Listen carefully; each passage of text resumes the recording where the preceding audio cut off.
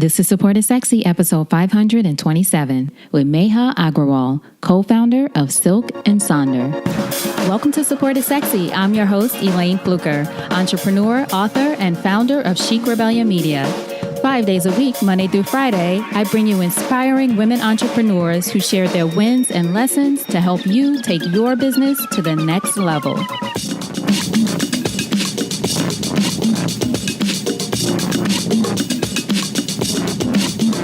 Here we go.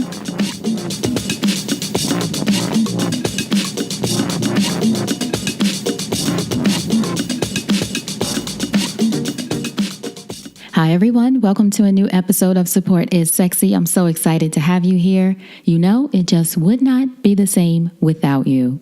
And if you are a woman entrepreneur who is looking for a way to connect with other women all around the world who are really there to support you, I want you to go to supportissexymastermind.com. We have some great stuff in store for you, mainly connecting with other women entrepreneurs who, again, are there to support you, but also to share their challenges and experiences with you, share information, get great content, get masterclasses from other women entrepreneurs. I'm telling you, you got to check it out. Supportissexymastermind.com. Now, I'm excited on our episode today. We have Meha Agrawal, and Meha and I connected on LinkedIn, which is such a great place for connecting with people. But I love her company because she has found an innovative and interesting way to provide planners to her audience, primarily women, so mostly all of you, but a planner that you get every month as part of her company, Silk and Sonder. I just think it's a brilliant business model. I love the idea. I love the idea of getting a planner every month, so feeling like something new to start each month. So if you're into planners, into journals, and if you're someone who's even thinking about creating a product, Meha gives some great advice about testing, about creating your MVP, which we've talked about before. If you haven't heard about that, you'll hear more about that in this episode. And she talks about making sure that you're obsessed with the problem that you're solving, not with the product. Because guess what? The product is going to evolve over time. All right, so now without further ado, Meha Agrawal.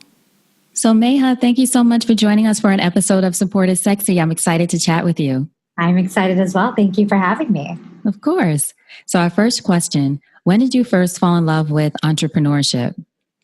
Ooh, that's a great question. I don't think I had a particular calling or even knew what entrepreneurship was growing up. So I'm from Santa Barbara and both my parents worked at the university. And so for me, the options for careers were really your classic teacher, lawyer, doctor, engineer type of things. And so I didn't really know what entrepreneurship even was. So from a childhood perspective, I think I've always liked creating things from scratch, but it wasn't until my adult years where I really realized that entrepreneurship was for me. And, you know, a memory that comes to mind is I was working on my first idea / side hustle at the time, and I'd attended an entrepreneurial boot camp.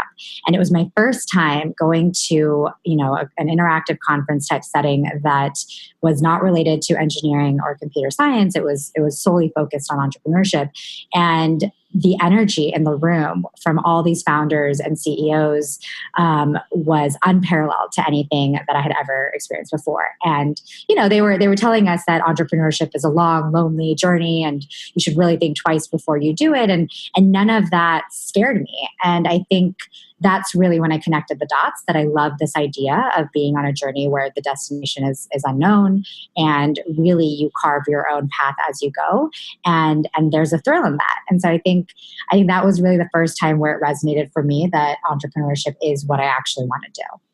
Now, what was the reason that you went to the conference? Were you there because it was an entrepreneurship conference, or were you there for another reason and then you realized, wow, this is something I'd really love to do? Yeah. So I actually was working on a different startup at the time, and it was, you know, they took rolling applications, and it wasn't like a traditional entrepreneur founder conference. It was actually a 2-day weekend boot camp in New York City where you learned all the tricks of the trade on how to get organized with practical entrepreneur stuff. So the idea is, as a CEO, you really need to be self-reliant in a lot of ways, and know a little about a lot of things. And so that was really what the conference / boot camp was about.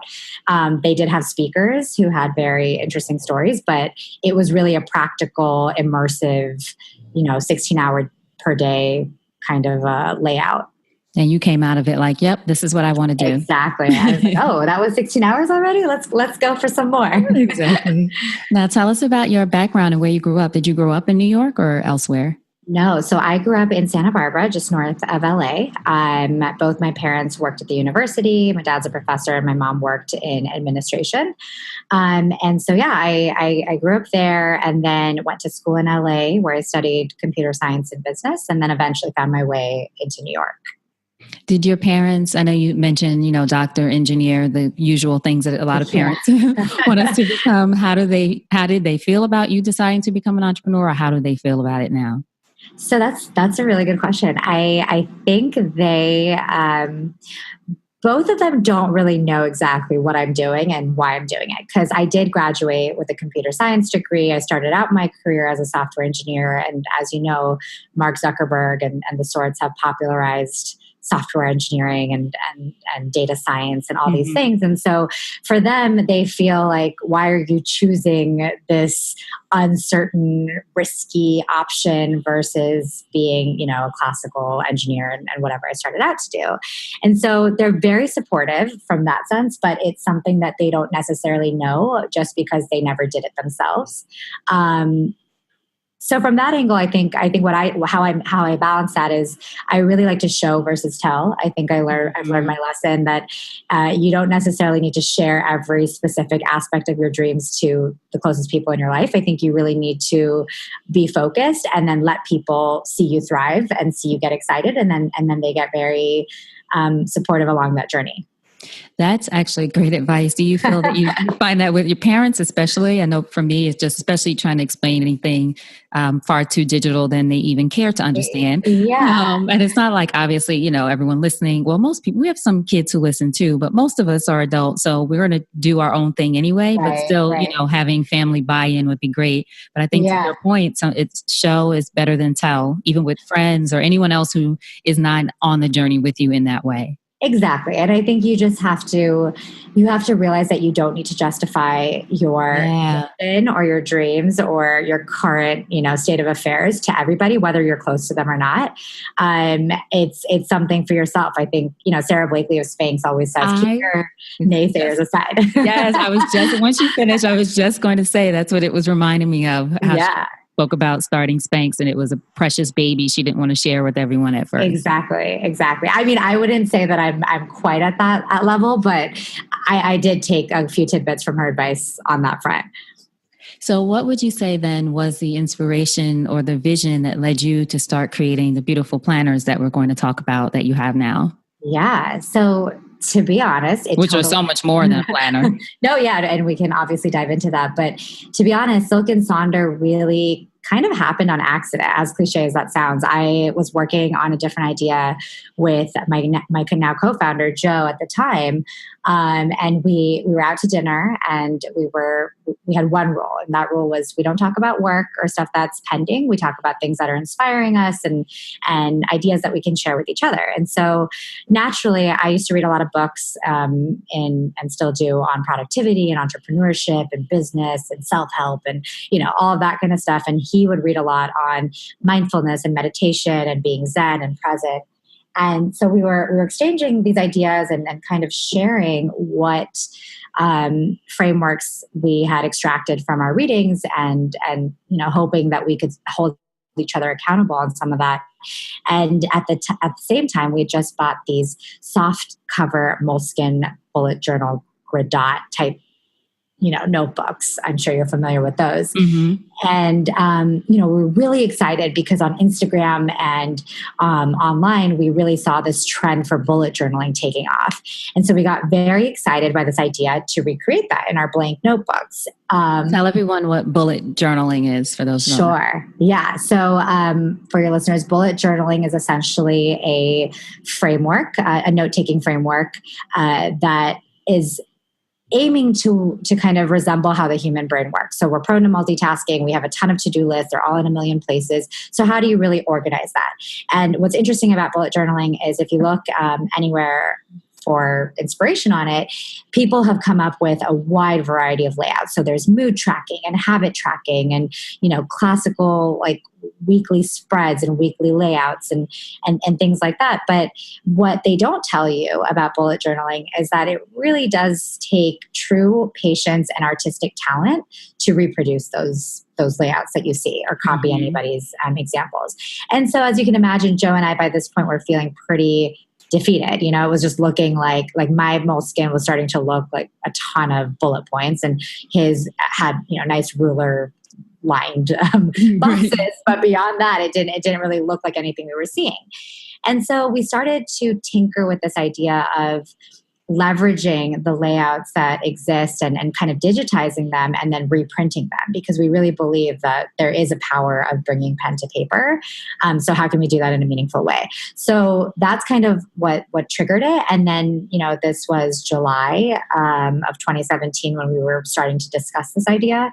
And so we were like, well, we can't really do a planner because it's already July and no one's going to want to buy a planner in July. So how can we put this on a monthly cadence where there's this opportunity for the product to evolve with the customer or with customers at large, and really kind of play into this notion of being that hybrid of a planner and with productivity layouts, and then a guided journal of sorts, as well as a lifestyle magazine, so that we can have all three in one. That's at a monthly cadence. So there's that element of surprise and excitement every month to receive it in your mail. Now, when you both thought of this idea, were you already in the space where you were looking for a new idea? I know it sounds like it solved a problem, for you both, which a lot of entrepreneurs do, but still you mentioned you were already working on something, but were you both sort of in that space, or did you just completely shift gears and go in this other direction? Yeah. Or was the previous brand might have been similar? I don't know. No, so the previous brand was not similar at all. It was a luxury wedding planning platform. And very different. Very different. And, that was born when I was a software engineer. And so I was really interested in coding it myself. And I basically did it in a way that was totally not how you're supposed to start a business. I didn't really launch formally because it never felt like it was good enough. And I was always trying to solutionize before I solved the problem. And so luckily, I guess, looking back at the time, we didn't have any paying customers on that platform. So my decision was, why don't we take a 2-week hiatus and let's approach Silk and Sonder that in a way that we've never done before, which is really create an MVP. So we went to our printer and printed out the pieces of paper and figured out what we wanted each one to be, and then found a printing press to print us a sample, and then we took it to some potential users and had feedback. And that was all before we officially launched and started getting paid customers. Now, do you feel like it made a big difference for you in launching this business this way, Silk and Sonder, with an MVP for everyone, minimum viable product? Do you feel like it was? Do you think it made a difference for you just taking that route as opposed to, as you said, the other direction you went with your first business, just getting that feedback early on? Yes, absolutely. And, a lot of entrepreneurs end up being super obsessed with the product first versus the problem they're trying to solve. And for us, we really wanted to empower people, especially women in particular, on this journey of self-discovery and self-care by leveraging the resources that are out there. And so if I had sat down and written a business plan first, I 100% would have come up with all the reasons this might not work before just trying it. And I think going about it that way in retrospect was the best decision. So good. Thank you so much for sharing that part of your journey, especially too with the first business where you feel like you went about it, a certain way, and that way didn't work out or didn't work for you, and then you did it a different way this time. Yeah. Excuse me. Because so many of us think, if I did it one way and it didn't work, that means it just won't work for me. Or we think, let me just keep banging my head against the wall and trying it. So it's sort of both extremes. Keep trying it this way. And it's like, no, try a different route. And I think what you mentioned about getting the minimum product out there, getting it tested or testing it with people, the actual audience, and see, because I've been guilty of falling in love with my own ideas. Right. And then nobody else is in love with it. Nobody loves it like me. Exactly. Yeah. So after you did go through the printing and get the actual product in hand, how did you go about testing it for anyone who has any kind of product and just thinking of how do I reach out to people to get them to give good feedback? So I think we went about it, and this is an example of something that I think we could have done better. Now looking at it from this point of view, but both Joe and I fell back on our skill set. So I have a computer science degree. He's taught himself how to code, and so when we started looking at these e-commerce platforms like Shopify and Squarespace, it felt daunting for us. That felt like more work. The learning curve to integrate Stripe, for example, on a native website is equivalent to trying to figure out what Shopify is and how to use it. And so, which for your listeners is probably, people are like raising their eyebrows. But for me, because I knew Ruby on Rails, I think we were like, you know what, let's just code it ourselves. We have the flexibility. There's no template restriction. Let's just do it. So we ended up coding it ourselves, which was a hilarious thing to do. We've now since then ported over to an e-commerce platform, but we created this website, and then we started sharing it with our friends and family, obviously, but also being part of a ton of Facebook groups. Luckily, through my first idea, I was already embedded in the entrepreneurial scene to some extent, especially with women who are our target audience anyways. And so I started dropping it in there and saying, hey guys, if you know anybody that likes planners or journals or is in a rut, this would be a great product for them. And that's kind of how we got our first non-friend customer. Mm-hmm. Now, did you have any concerns at all that there are currently many planners, different kinds out there, or were you just confident in this point of distinction for Silk and Sonder?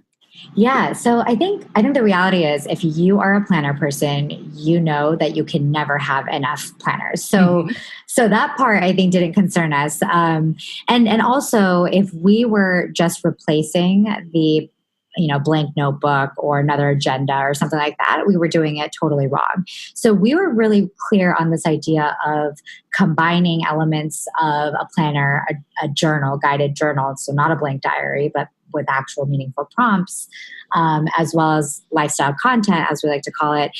So from that angle, we knew that we were going to offer something that felt guided, unique, and personalized and actionable. And I think we were really, really strong in our hypothesis from the start that we wanted to create a product that evolved with our customer. And so the opportunity to iterate and collect feedback from your users when you're direct to consumer is very different than when you just have these beautiful planners sitting in Anthropology or something like that. And so we knew there was a bigger problem we were trying to solve, and even potentially integrating data and technology and how it relates to emotional health by first leveraging the power of pen to paper, I think was really all in our mindset. So we didn't feel scared about that part. How does technology play a role in the business now? Is it mainly, the planner obviously is a physical product, but Is it just the data and the things that you've put into the planner that you feel like is the technology part of it, or are there other things? Yeah, so it's very ad hoc right now because, as you can imagine, people write in their journals and they don't necessarily want to share every single detail that they write about. But we've kind of gone about it with a very simple mechanism. After every month, you kind of give us your feedback through a form, and slowly but steadily, we're able to collect specifically how it relates to the product, and eventually how the product relates to you by understanding who you are and what your needs are. And then, our product has evolved to be something completely different, not completely different, but there's a lot of distinguishing factors now in our product today that is very different than our first issue, which was October 2017. So I think technology definitely has a play. We are tinkering with different ideas on how we can get that started. But right now, even something as simple as manually receiving that feedback and then redesigning or adjusting layouts based on that feedback has been very, very helpful. So if someone wanted to buy a copy or subscribe, it's sort of like a subscription, right? Like a magazine, it's a subscription. Yes. Right? A monthly subscription. So you can do that, as you said, at any time, and then you start getting it monthly, receiving it monthly, right? Exactly. Okay. Yeah. And is it customized in any way to the individual based on their feedback, or is the October issue sort of the October issue, November, et cetera? Yeah. So it's right now, we kind of, we're personalizing at scale, right? We're collecting feedback and then figuring out how do we make the most people happy. Eventually, the goal is to personalize it. And when I say personalization, I don't mean it self-selection, right? Like, I'm not saying you get to choose what layouts you want. It's more about you telling us who you are, and maybe you broke up with a significant other recently, or maybe you are hitting a career rut this month, or whatever it might be. And so we can distill that and kind of recommend layouts and frameworks for your personal issue, but we're not quite there yet. That's definitely the goal. Now, are you building the business while doing something else at the same time, or are you fully focused on Silk and Sonder? That's I'm always fully focused on Silk and Sonder. No, but I know what you mean. But so I was working at Stitch Fix as an engineer, and then I actually wanted to take an opportunity at a company called Fueled, where I'm now a product manager, and I design and develop these mobile apps for a wide variety of industries. So, I've launched an app in the fintech space, in luxury cars, productivity, and things like that. And so, for me, that is kind of my, I hate to say it, but like a waitressing job for me, where it's not necessarily something that I'm super passionate about, but it's giving me the skill set and exercising the same exact muscles that I use as a founder. And, once we hit a couple metrics that I have personally set out for myself, I will definitely make the switch and work on it full time. That's great that you mentioned about hitting certain metrics for yourself, because I was going to ask you, what do you feel like is the point where you'd say you want to focus on it? Well, you might already be at that point where you want to, but as we all think about what I say with Support is Sexy is women are building their business in all kinds of different ways. It looks different for everybody. So for you too, I love that you also mentioned that you are still working that same muscle, because you're in a field that is still helping you use a lot of the skills that you already have, right? So that's a benefit. It's not, in that way, it's not like waitressing, right? Like, you're still working that muscle, but then you have in mind certain goals that you want to hit before you make the switch. So just for everyone listening, if you're in that place and you're doing something, whether it's waitressing or something that's sort of related in your field, you can wait till you get to the point where you hit, well, first create certain metrics for yourself, would you say, Meha? Right. Yeah, absolutely. Yeah, create those goals metrics for yourself. Yeah.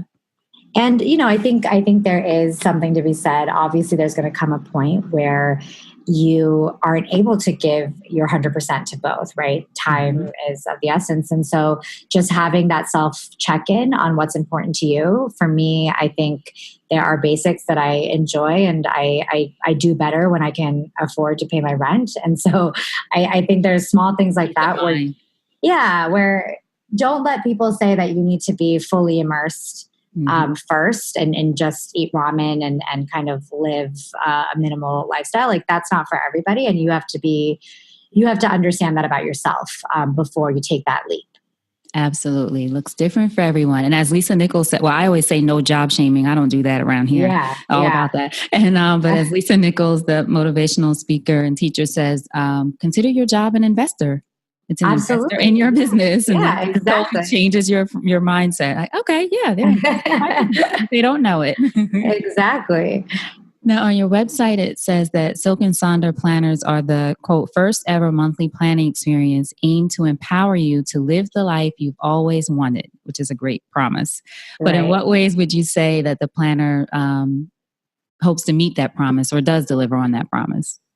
Yeah, so I think the good news is that we're using proven research and techniques from a wide variety of sources, right? We've got self-help books, we've got the incredible thought leaders, books on entrepreneurship and productivity, and people have already kind of set the stage for us. And so we are synthesizing factual information and distilling it in a way that's approachable rather than intimidating. And we're also using kind of your classic manifestation, visualization, gratitude, reflection prompts to help guide that journey in getting clear on your goals and intentions before executing on them. And so I think from that angle, it's really about empowering people with a skill, with a tool set, really to make these ideas come alive. And I think we're starting to get to know our customers, and our vision is to really personalize that experience, like we just chatted about, and figure out, what stage of life are they in, and what are the unique emotional health issues that they are prone to, and how can we unblock those so that they can achieve and live a fulfilling life? Because as you said, that's different for everybody. And so I like to think of ourselves as almost like a life coach in booklet form that's evolving and growing with you as you enter those different stages of your life, whether you're in your happiest of highs or your lowest of lows. We evolve with you. And I heard you mention self-help. And I know one of the things, I think I read this on your website or maybe somewhere else, where you said you're relabeling, self-help as self-investment. So why is that important to your vision and your mission for Cofounder?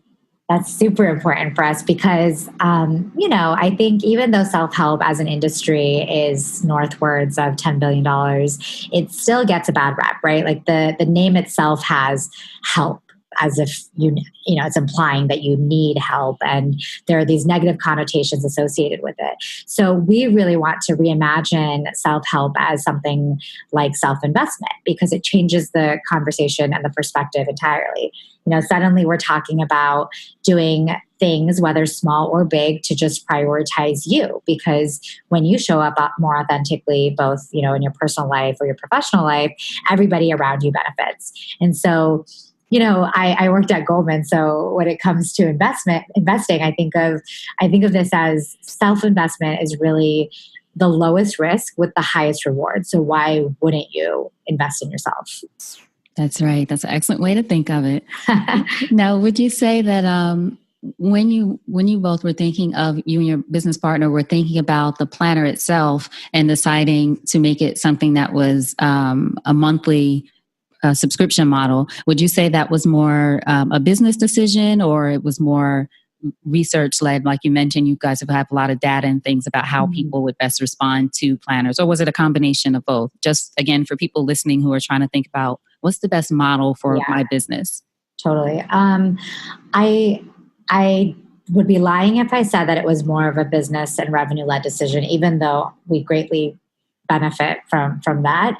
Like I mentioned, I didn't write a business plan, so we didn't really give ourselves the time to think about the revenue piece beyond the fact that people would have to commit less if they just kind of start with a month and then see how they like it and kind of go on from there.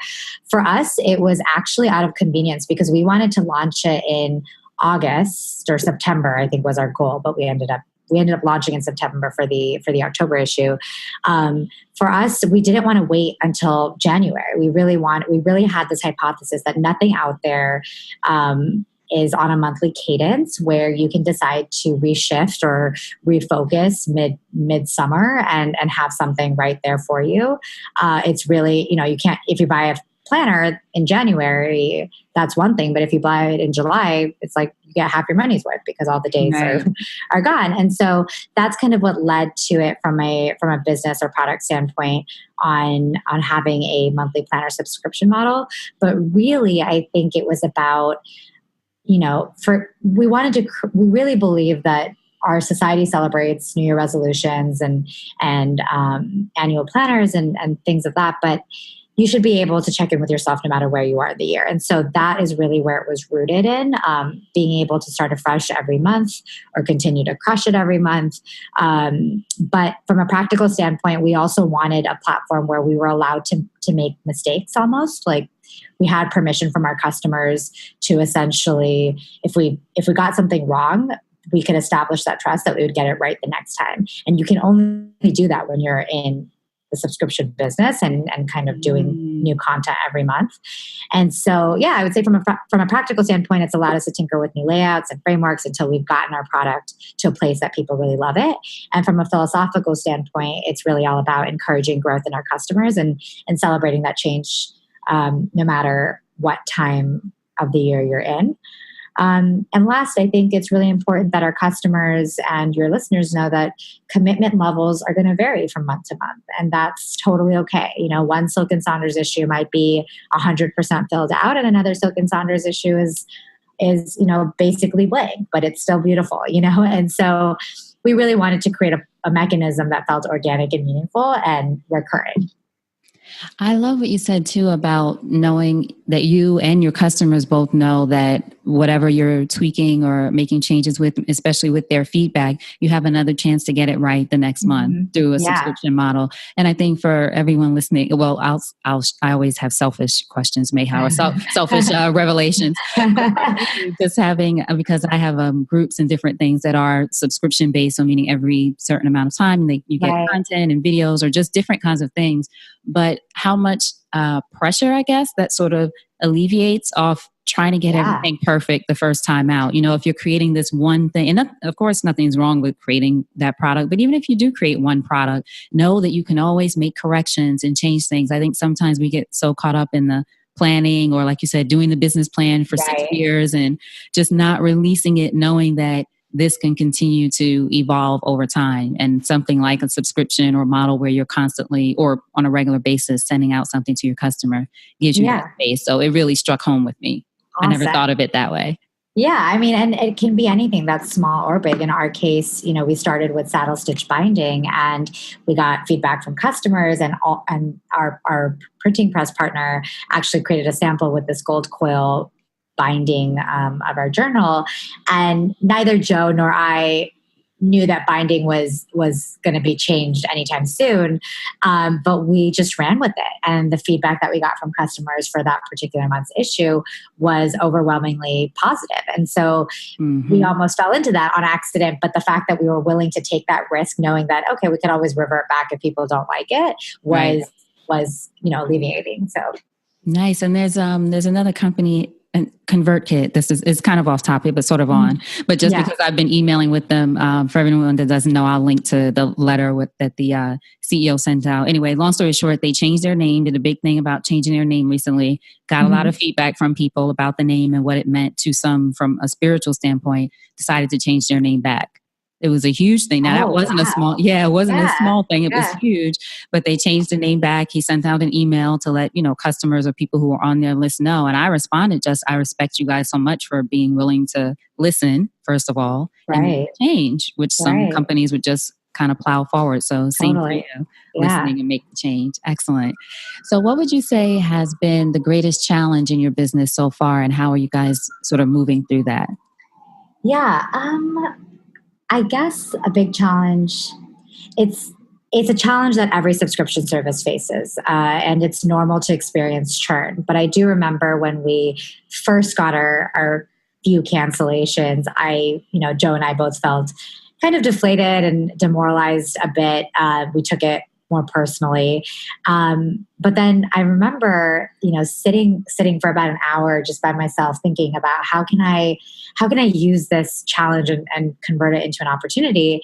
And I was trying to guess reasons, right? I think there's basic information that they'd fill out through the form, but I was really trying to guess, why is it that people are churning? And I totally switched my mindset. I said, instead of trying to guess, why don't I hop on the phone with them or ask them to give us some feedback? And when I did that, I think it totally took out the, personal feelings toward, or be feeling insulted by people who churn.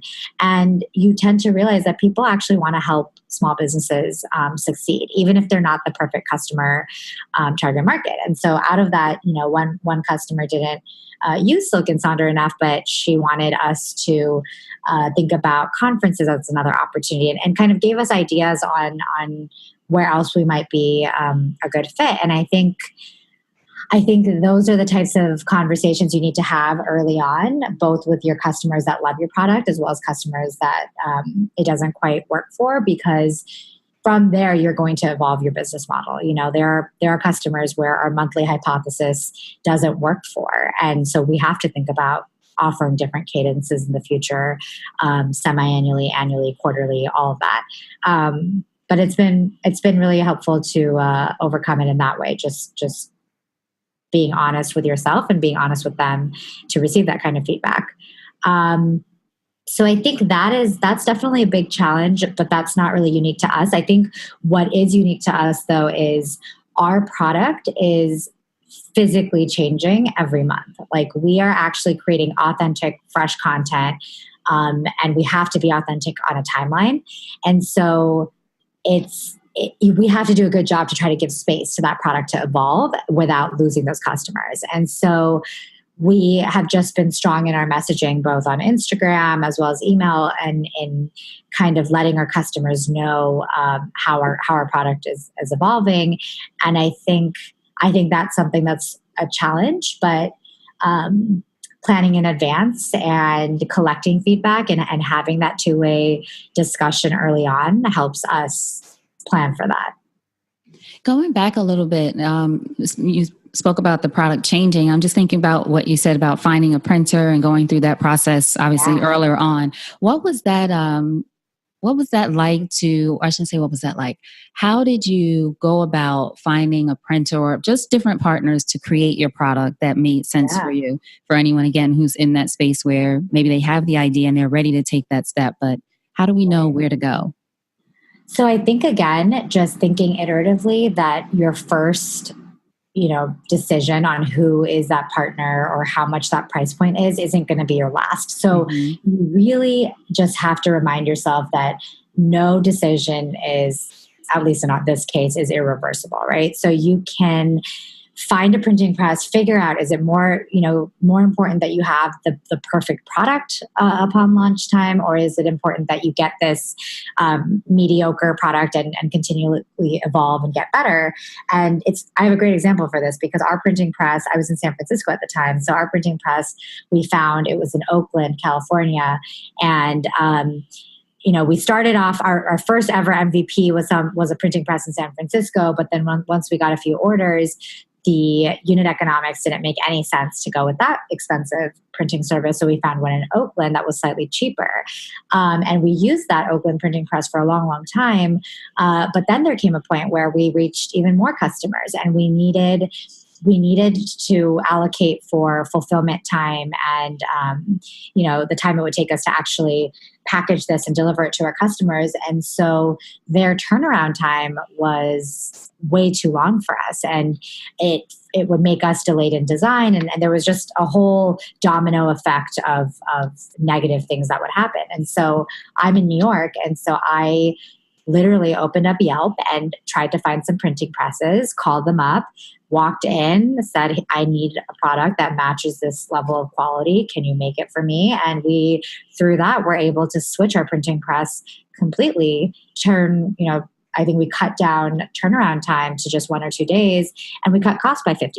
And that totally happened again on accident. And I think, my recommendation to your listeners would be, start with what you've got. If you have to, if you're in a suburb that doesn't have access to as many things as, say, New York does, that's okay. There's definitely a solution right there in front of you that's convenient and affordable. Do it. And always think about ways you can continually optimize and make your, offline systems better. I think Joe and I, we do that every couple of months and stick to it. And I think forgiving yourself through that process is very important, because if you think that you're locked in with this with this contract that you can't get out of, then you're doing it the wrong way. What would you say your support network looks like right now, personally and professionally? Yeah. So my support network consists of a couple of things. I would say there are definitely my friends who I like to say are if I have a plane, they're in the first class, right? Like they're not going anywhere. Some of them I talk to every day. Some of them I haven't spoken to for months. And then, that split sometimes even changes. So having friends who are there on a quick call is very important for me. I think another huge support system that I have, and I would say that this is both professionally and personally, is Women Founder Network. So I'm part of the Wing, which, if your listeners don't know, it's coming to many, many locations across the United States. But it's a community and co-working space for women, and you don't have to be a founder or a creative. You could be whatever you are, but this is a place that you come to focus and kind of bring your dreams and ideas to life. And that has been life-changing for me. I think both in terms of the events, the diversity of women and their backgrounds. It's a co-working space, but like you said, a lot more, right? I've heard so much about it. I haven't been to one, but yeah. Oh, well, if you're in New York, I'd love to take you. It's a co-working space, and it feels inspiring the moment you set foot in there, and the people that you meet are just so unique and so different. And I think it's exciting to see everybody working on their own independent goals, but collectively we're all doing a lot of work together. Is it founded by women? Do you know? Yes. Yeah, it's founded by Audrey Gilman, and it was founded I think in 2016 or so, and ended up having 10,000 members on the wait list. Right? That's what I heard about it. Yeah, you have to reach out for an interview. Yeah, awesome. And so I think both the wing, and I'm also part of Dreamers and Doers, which is another women network. And then last but not least, mentors. I think. People talk about it, but I can't emphasize it enough. You have your peer mentors who are very important. I think calling somebody who is also an entrepreneur is way more useful than just calling one of my friends in my first class. Like they're both great, but it's a different kind of support network. And yeah, I think those are the three. I would say community, mentors, and close friends and family. What would you say that entrepreneurship has taught you about yourself as a woman? I think many things. I think, both entrepreneurship and, coming from a background in software engineering where I'm oftentimes the only girl in the room, I don't shy away from being unapologetically feminine. I'm from Southern California. I have a Valley Girl accent. I'm well aware of it. I like girly things. I grew up playing with Barbies. And so for me, being an entrepreneur is about being authentic, and it's about being your true self no matter what situation you're in. And so whether I'm talking to an investor, whether I'm talking to a potential hire, or whether I'm talking to my team internally, I have no problem being myself and being vulnerable, because hiding that, I think is not the right way to go. And I think we should be celebrating emotions and vulnerability as we build businesses, because the best businesses are built on that framework. And so I think that's something that I've become more confident to speak up on how I feel and what I think versus being shy about it, and do it in a way that feels important to me. The other thing that I've learned about myself, both from being a young woman, is you do get to flex both your creative and analytical skills. And you as an entrepreneur get to really decide what is my stronger skill set and how can I play that up, versus as an employee, you really have to work on your weaknesses in a lot of ways. And I don't think, founders can't ignore their weaknesses, but we do have the luxury to delegate important tasks that we might not be the best at. And it's really important that you take ownership of that, rather than, prove yourself that you can be a master of every single trade when it comes to launching your business and running it. So if you think over your life and career, and you had the chance to thank only one person whose support was critical to you personally or professionally, who would that be, and what would you say? So it's a cliche answer, but I have to say it's my mom. I think in my eyes, my mom was a badass. She worked a full-time job. She came home, created an amazing meal, still, took us out to our extracurricular activities. And she really shaped my pursuit in entrepreneurship in different ways. And I don't think she even knows it entirely.